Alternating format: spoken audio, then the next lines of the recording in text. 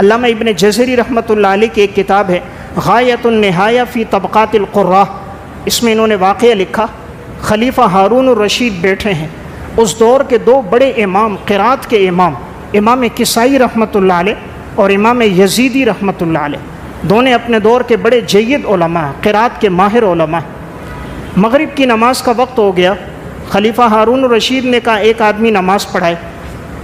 امام کسائی رحمۃ اللہ علیہ نماز پڑھانے کے لیے آگے ہوئے، نماز شروع کی، سورہ کافرون پڑھنا شروع کی، اللہ کا کرنا سورہ کافرون پڑھ رہے تھے، بھول گئے، نماز میں بھول گئے، پھر دوسری سورت پڑھی، نماز پوری ہو گئی، نماز ختم ہوئی۔ جو دوسرے امام تھے امام یزیدی، تو چونکہ یہ تو حسد تو بہت ہوتا ہے اہل علم میں اور قراء میں، تو امام یزیدی امام کسائی سے کہنے لگے آج کوفہ کا اتنا بڑا امام نماز پڑھا رہا تھا اور سورہ کافرون بھول گیا۔ امام کسائی کی آنکھوں سے آنسو بہنے لگ گئے، کچھ جواب نہ دیا۔ عشاء کی نماز کا ٹائم ہوا، ہارون الرشید نے کہا بھائی کوئی نماز پڑھائے۔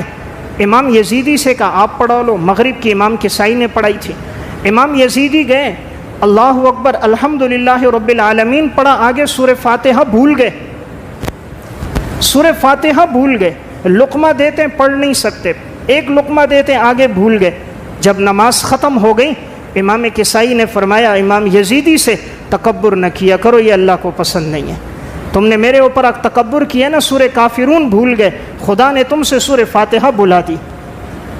اس لیے میں عرض کر رہا ہوں اللہ کو یہ بات پسند نہیں، قرآن اللہ کی عطا ہے، اللہ جب چاہے انسان کو وہیں روک دیتا، ایک لفظ آگے نہیں پڑھ سکتا۔